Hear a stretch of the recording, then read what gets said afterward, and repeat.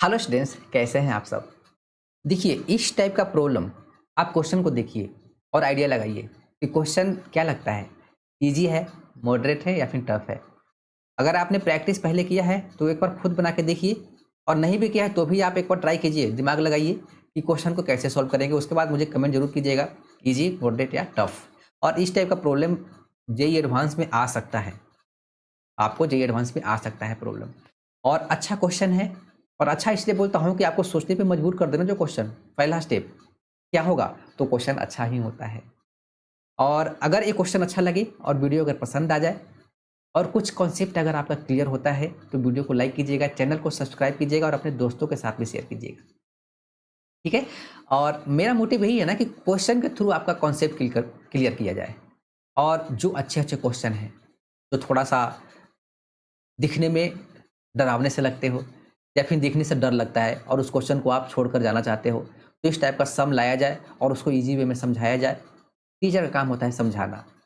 अगर आपको समझ में आ जाता है तो एक टीचर वहीं पे सक्सेस हो जाता है, क्योंकि नॉलेज तो है लेकिन आप समझा नहीं पाते हो तो ये आपका फेल्यूर ही हो जाता है, ठीक है ना। तो यहाँ पे तो टीचर का काम है सिर्फ समझाना, आपको अच्छे क्वेश्चन लाए और आपको समझाएं। और जब आप समझ जाओगे और खूब प्रैक्टिस करोगे तो आपका कॉन्फिडेंस भी बिल्डअप होगा। और जब खूब प्रैक्टिस करोगे सम पे तो आपका स्पीड भी बेटर होगा। तो जो क्वेश्चन आपको करने में 5 मिनट लगता है, प्रैक्टिस के बाद आपको वही क्वेश्चन 2 मिनट में हो जाएगा। जो 2 मिनट में होता है वो आपका 1 मिनट में हो जाएगा। तो सब प्रैक्टिस का खेल है।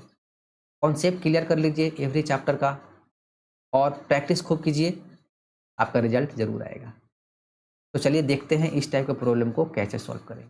देखिए, वही statement F such that N to R, N क्या है डोमेन, आर क्या है codomain, in set of positive integers. आपको एक एक वर्ड एक एक स्टेटमेंट पे ध्यान देना है, ठीक है ना। ऐसा नहीं कि कोई चीज़ को आप स्किप करोगे तो हो सकता है कि मे बी आपका ऑप्शन गलत हो जाए। खासकर जी एडवांस में तो बिल्कुल केयरफुली आपको क्वेश्चन को रीड ही करना है।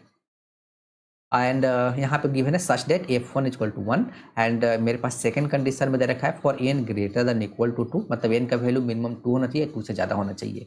Then find the value of this. तो इसको देखकर तो आपको आइडिया लग ही गया होगा कि हमें फंक्शन डिटरमाइन करना है। जैसे ही फंक्शन निकलेगा तो ये इसका वैल्यू निकाल लेंगे। तो अब क्वेश्चन तो वहीं जस का तस है, प्रॉब्लम तो यही है कि हम क्वेश्चन को प्रोसीड क्या करें, कैसे करें, यहाँ पे क्या लिखना स्टार्ट करें, कलम कैसे चलाएं भाई, ठीक है।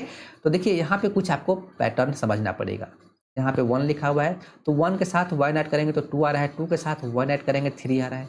ब्रैकेट के अंदर भी 1 के साथ आप 1 ऐड कर रहे हो, मतलब 2 आ रहा है, 2 के साथ ऐड कर रहे हो 1 तो आपका 3 आ रहा है, ठीक है। मतलब 1 ऐड करने के बाद तो यहाँ पे एक चीज आइडिया लगाइए कि यहाँ पे एक चीज लिखिए आप, replacing N by N plus one. आपको एन को एन प्लस वन से रिप्लेस कर देना है। देखिए ये सब प्रैक्टिस से आपको समझ में आता है, और इस स्टेप को नोट करना।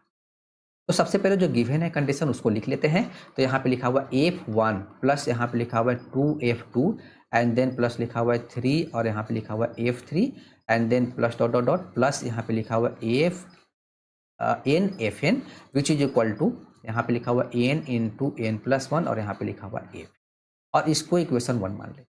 अब मैंने बोला कि आपको एन को किससे रिप्लेस करना है, एन प्लस वन से। तो यहाँ पे हो जाएगा मेरे पास एफ वन प्लस यहाँ पे हो जाएगा 2f2 plus dot dot dot plus यहाँ पे देखिए ये वाला पार्ट एन एफ एन तो रहेंगे ही रहेगा, और यहाँ पे क्या लिख लेंगे हम लोग एन प्लस वन और एफ एन प्लस वन। इसमें कन्फ्यूज मत करना, क्योंकि जहाँ यहाँ पे आप रिप्लेस करोगे एन को एन प्लस वन से तो ये वाला आएगा, और इससे पहले जो टर्म होगा आपका यही तो होगा, ठीक है। विच इज इक्वल टू, अब इधर भी कर देते हैं तो यहाँ पे हो जाएगा एन प्लस वन, और यहाँ पे हो जाएगा एन प्लस टू, और यहाँ पे हो जाएगा एफ एन प्लस वन, और इसको हम लोग सेकेंड मान लेते हैं, ठीक है। देखिए 1 और 2 दो इक्वेशन आ गया। अब इसके बाद क्या करना है आपको, सब्ट्रैक्टिंग 1 फ्रॉम 2। आपको 1 जो है 1 को 2 में से माइनस कर देना है।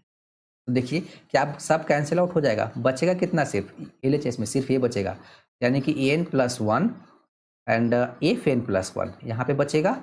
और विच इज इक्वल टू जो राइट हैंड साइड में है पूरा लिखिए। तो आपको लिखना पड़ेगा, पहले सेकेंड वाला के लिख लेते हैं N plus one, then N plus two, और यहाँ पे लिखेंगे F N plus one, and then minus कितना लिखेंगे N into N plus one, और यहाँ पे लिख लेंगे एफ एन। ये लिख लिया। देखिए कुछ कुछ बात आपको बनने लगा, ठीक है। तो ये इसको ये वाला जो था ना, ये इसका आप बोल सकते हो टर्निंग पॉइंट था क्वेश्चन का। अब देखिए आपको क्या करना है, यहाँ पे ये फेन प्लस वन दिख रहा है और यहाँ पे आपको ये फेन प्लस वन दिख रहा है, इसको एक साइड ले जाते हैं लाइक टर्म को, ठीक है। तो हम लोग क्या लिखेंगे, पहले इसको लिख लेते हैं, यहाँ पे नोट कीजिएगा।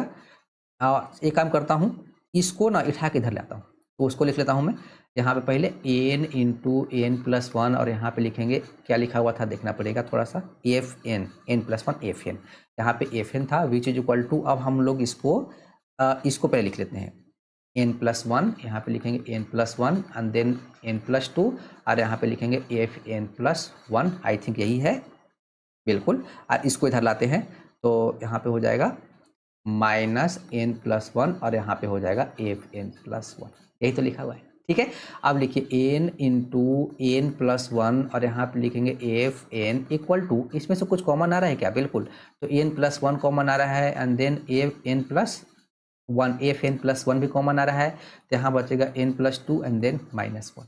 देखिए एन प्लस वन यहाँ से कैंसिल आउट हो गया, बच मेरे पास गया एफ एन इक्वल टू, यहाँ पे इसको लिख ले पहले, क्या इसको लिख लेते हैं N plus one and then F N plus one, हमारे पास ए बच गया। देखिए ये पैटर्न कितना खूबसूरत है, इतना अच्छा बन गया। अब इसका यूज कैसे करेंगे, तो देखिए यहाँ पे आपका ये जो कंडीशन है मेरे पास, ये सेकेंड लेके चल रहे हैं, और यहाँ पे mention N greater than equal to two पे, मतलब एन का मिनिमम वैल्यू, सबसे छोटा वैल्यू आपको टू लेना है, ठीक है।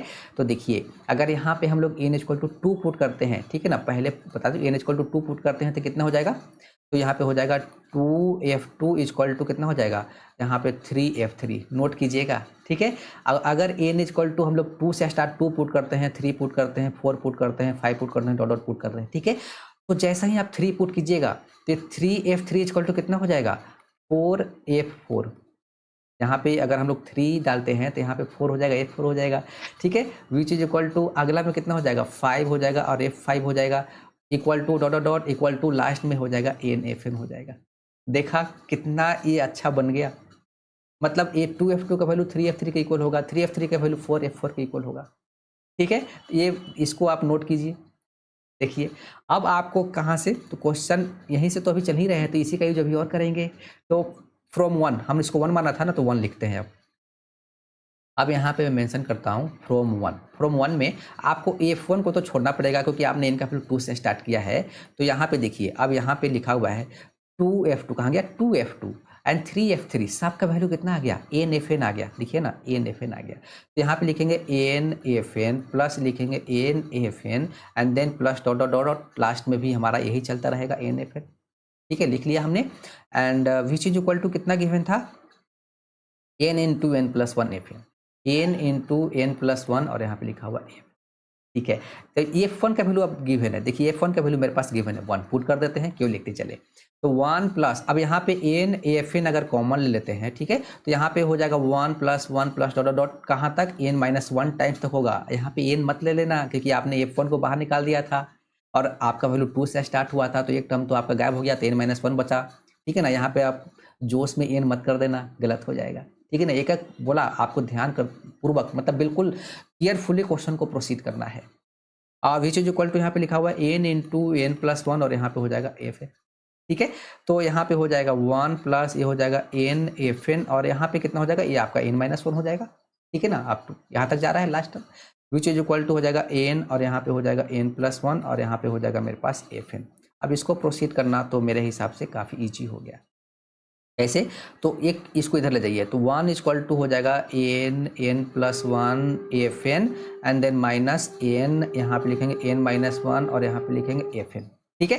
तो यहाँ पे हम लोग एन कॉमन लेंगे एंड एफ एन कॉमन ले लेंगे, तो यहाँ पे हो जाएगा कितना हो जाएगा, N plus one and then minus N and then यहाँ पे हो जाएगा प्लस वन, कॉमन ले रहा हूँ, ठीक है, which is equal to one. तो यहाँ से कुछ इन और एन गायब हो गया, ठीक है। तो देखिए क्या बचा आपके पास, तो वन इक्वल टू लिखना पड़ेगा थोड़ा सा ध्यान से, एन यहाँ पे बचा हुआ एन, और यहाँ पे बचा हुआ एफ एन, और यहाँ बचा हुआ टू, यानी कि एफ एन इक्वल टू कितना बच गया, वन अपॉन टू एन। लीजिए फंक्शन डिटरमाइन आपका हो गया,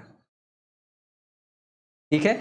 अब आपको निकालना क्या है, कहाँ गया, F1900, ठीक है, वैल्यू पुट कर दीजिए, यानी कि F1900 this equal to 1 upon में कितना हो जाएगा 2 into 1900 which is equal to 1/38 this cross multiply कर लें क्या, क्योंकि यही तो निकालना था, मैंने देखा पीछे। तो दिस इक्वल टू कितना आ गया 1 आ गया। तो देखिए ये हमारा आंसर आ गया। तो देखिए कहाँ गया 1 है क्या कुछ, बिल्कुल यही ऑप्शन है। तो देखिए कितना अच्छा क्वेश्चन था। अब आप बताइए इस क्वेश्चन का लेवल इजी था, मॉडरेट था या फिर टफ था, या फिर आप ये भी बताइए कुछ आपने सीखा। ठीक है, क्योंकि सीखना इंपॉर्टेंट है और आपको समझ में आया। और अगर नहीं समझ में आया है ना, कुछ कहीं पर डाउट है, तो आप क्वेश्चन को एक बार खुद सॉल्व कीजिए। ठीक है ना, लिखिए। देखिए लिखने से आप जब लिखोगे ना ऐसे, तो आपने देख लिया हाँ ऐसे ऐसे हो रहा है, ऐसे ऐसे हो रहा है, ठीक है ठीक है, इससे नहीं होता। लिखने से आपका कॉन्फिडेंस बिल्डअप होता है, लिखने से आपका कॉन्सेप्ट क्लियर होता है, लिखने से आपका स्पीड बेटर होता है। तो जब तक आप लिख के नहीं करोगे ना, लिखोगे नहीं ना क्वेश्चन हो कैसे ऐसे हाँ भाई हाँ हो गया, तो नहीं, बात नहीं बनेगा, आपको लिखना पड़ेगा। और इस क्वेश्चन को आप सोल्यूशन आपने देख लिया, अब एक बार खुद सॉल्व कीजिए, देखो समझ में आ जाएगा, तभी रिजल्ट आता है। बहुत पापड़ बेलना पड़ता है, बहुत मेहनत करना पड़ता है, तब जाकर रिजल्ट होता है। और जो ये एडवांस का पेपर तो ऐसे भी टफ माना जाता है, बहुत टफ होता है। एक तो आप इधर पढ़ के जाइए और उधर वहाँ भी एग्जामिनेशन में भी दिमाग लगाइए। छोटा मोटा पेपर नहीं है कि आप यहाँ से कुछ पढ़ के गए और वहाँ ऐसे ऐसे हाँ हाँ। हिस्ट्री का नहीं है ना भाई ऐसे ऐसे टिक टका दिया, हिस्ट्री का भी टफ ईजी नहीं होता। यूपीएससी का पेपर दोगे तो हिस्ट्री भी टफ हो जाता है, थोड़ा सा नीचे आओगे तो हिस्ट्री ईजी हो जाता है। ठीक है, तो इस टाइप का प्रॉब्लम कैसे सॉल्व करना है ये आपने सीखा। और अगर वीडियो पसंद आया होगा तो वीडियो को लाइक ज़रूर कीजिएगा, चैनल को सब्सक्राइब जरूर कीजिएगा, खूब प्रैक्टिस कीजिए, प्रैक्टिस से ही आपको सफलता मिलेगा। और आपको तो सिर्फ एक सीट के लिए लड़ना है, एक सीट के लिए लड़ना है। आप सोचिए जितना पॉसिबल है ना उतना प्रैक्टिस करेंगे, 2 साल इतना एकदम रगड़ देना है, कहने का मतलब है। एवरी बुक्स, जो भी बुक्स मिले, जहाँ से कोई क्वेश्चन दिखे आप तुरंत भिड़ जाओ, बनाने लगो उसको, तभी रिजल्ट आएगा। और कॉन्सेप्ट क्लियर जरूरी है, कॉन्सेप्ट क्लियर किए बगैर नहीं। और ऐसा नहीं कि आप स्टार्टिंग में हो तो आप टफ क्वेश्चन उठाकर सॉल्व करना स्टार्ट कर दो, कॉन्फिडेंस लो हो जाएगा। पहले इजी करना है, कॉन्फिडेंस क्लियर कीजिए, इजी क्वेश्चन से प्रोसीड कीजिए, मॉडरेट पे जाइए, थोड़ा सा उसके ऊपर जाइए, और उसके बाद फिर लेवल हाई कीजिए। और लेवल जब हाई आप सॉल्व करने लगे ना, लेवल 1 2 3 बोलते हैं, लेवल 3 लेवल 4 आप सॉल्व करने लगे, तो फिर आप फिर लेवल 3 ही सॉल्व करते रहिए, आपका ईजी वाला होते जाएगा। तो एक पैटर्न होता है सक्सेस का, और काफ़ी पापड़ बेलना पड़ता है रिजल्ट के लिए। तो इस टाइप का क्वेश्चन पे और ढूंढिए और प्रैक्टिस कीजिए। मेरा मोटिव मैंने बता दिया है आपको कि जो मुझे अच्छा क्वेश्चन लगेगा मैं आपके साथ शेयर करता रहूँगा, चाहे किसी भी चैप्टर का हो। और ऐसे भी calculus, algebra and coordinate geometry. अब ऐसा नहीं है कि आप कैलकुलस के एवरी चैप्टर्स पे आप हीरो होंगे, सब बना लोगे। अब ऐसा ये भी नहीं है कि अलजेब्रा के आप सारे चैप्टर्स पे, हो सकता है कि आपका कुछ ना कुछ कॉम्प्लेक्स नंबर हो गया, किसी का पीएनसी हो गया, किसी का प्रोबेबिलिटी हो गया, किसी का और भी सीक्वेंस सीरीज हो गया, वीक होता है। कोनिक सेक्शन में आप आ जाओ तो थ्योरेटिकल चैप्टर है, आपको बहुत कुछ याद रखना पड़ता है। जितना रिजल्ट आप याद रखोगे ना उतना आपका बेटर होगा। Conic section, parabola, ellipse, hyperbola, circle, every important chapter है। तो जो आपको लगता है कुछ, जैसे कैलकुलस पे कमांड जरूरी है, अलजेब्रा कैलकुलस पे दिक्कत हो रहा है तो आप अलजेब्रा पे कमांड कीजिए, अलजेब्रा पे तो कोनिक सेक्शन पे कमांड कीजिए। लेकिन पढ़िए सब, लेकिन कुछ दो एक तो ऐसे जो है ना, जैसे अलजेब्रा चाहे कैलकुलस चाहे कोऑर्डिनेट ज्योमेट्री, तो जैसे एक पे आपको बिल्कुल कमांड रखना है, या फिर जो भी चैप्टर पढ़ रहे हो आप, जैसे फंक्शन हो गया। अब जैसे आपने इंटीग्रल कैलकुलस में, या तो डेफिनेट इंटीग्रेशन हो गया, एरिया हो गया, कैलकुलस में आप आते हो, अलजेब्रा में आते हो, सीक्वेंस सीरीज हो गया, सीक्वेंस सीरीज हो गया, फिर आपका कॉम्प्लेक्स नंबर हो गया। कॉम्प्लेक्स नंबर उससे बहुत बड़ा चैप्टर है लेकिन इंपॉर्टेंट भी है, और क्वेश्चन उससे इजी भी आता है, कभी टफ भी आता है, डिपेंड करता है। सीक्वेंस सीरीज से भी क्वेश्चन इजी होता है, कभी टफ आ जाता है। तो ये सब प्रैक्टिस करोगे ना, डिफरेंट टाइप्स कॉन्सेप्ट क्लियर के साथ आप लार्ज नंबर ऑफ क्वेश्चन में प्रैक्टिस करोगे, तो एक तो कॉन्फिडेंस भी आपका बिल्डअप होगा, कॉन्सेप्ट भी क्लियर होगा, और दूसरा स्पीड भी बेटर होगा, और फिर आपका रिजल्ट भी आएगा। कोनिक सेक्शन जब पढ़ते हो तो थ्योरी सब उसका याद रखना पड़ेगा आपको। और थ्योरी याद रखने का सबसे बेटर क्या है तरीका, मेथड, आपको क्वेश्चन सॉल्व कीजिए। आप रटिए मत थ्योरी को, रटिए मत कोई कॉन्सेप्ट को, आप कॉन्सेप्ट जान गए उससे रिलेटेड क्वेश्चन आप सॉल्व कीजिए, क्वेश्चन सॉल्व करते रहिए। आप अगर क्वेश्चन सॉल्व कर रहे हैं और क्वेश्चन में आपको लग रहा है कि भाई ये थ्योरी यहाँ पे यूज होने वाला है, तो आप जाइए थ्योरी बुक पलटिए, वहाँ देखिए, यूज कीजिए। फिर और क्वेश्चन सॉल्व कीजिए, जो भी आ रहा है वहाँ से पलटिए, देखिए, लिखिए, रटिए मत। ऐसे करते करते ना आप देखोगे ना कि 2-4 महीने में आपका सब याद हो जाएगा। तो याद ऐसे किया जाता है, रट लेंगे, रटने के बाद तो कुछ भूल जाओगे। जब वो लिख-लिख के आप करोगे ना, लिख-लिख के, लिख-लिख के याद कर लो, नोट कर लो, लिख-लिख लिखना है आपको। बिना लिखे रिजल्ट नहीं आता, बिना लिखे कॉन्फिडेंस नहीं आएगा, बिना लिखे आपका स्पीड भी बेटर नहीं होगा। कोई भी क्वेश्चन है उसको लिखना स्टार्ट कीजिए, बहुत बड़ा पेपर है होता है। तो ये आपको क्वेश्चन कैसा लगा? कुछ ज़्यादा ही बोल दिया। तो चैनल को सब्सक्राइब जरूर कीजिए, सपोर्ट कीजिए, हम आपको बहुत सपोर्ट करने वाले हैं। अभी तो नया-नया है, कुछ ज़्यादा इसमें आइडिया नहीं चल रहा है, लेकिन मैं कुछ बड़ा करने की सोच रहा हूँ, ठीक है ना? ज़रूर आपके लिए कुछ बड़ा ही करूँगा। Thank you.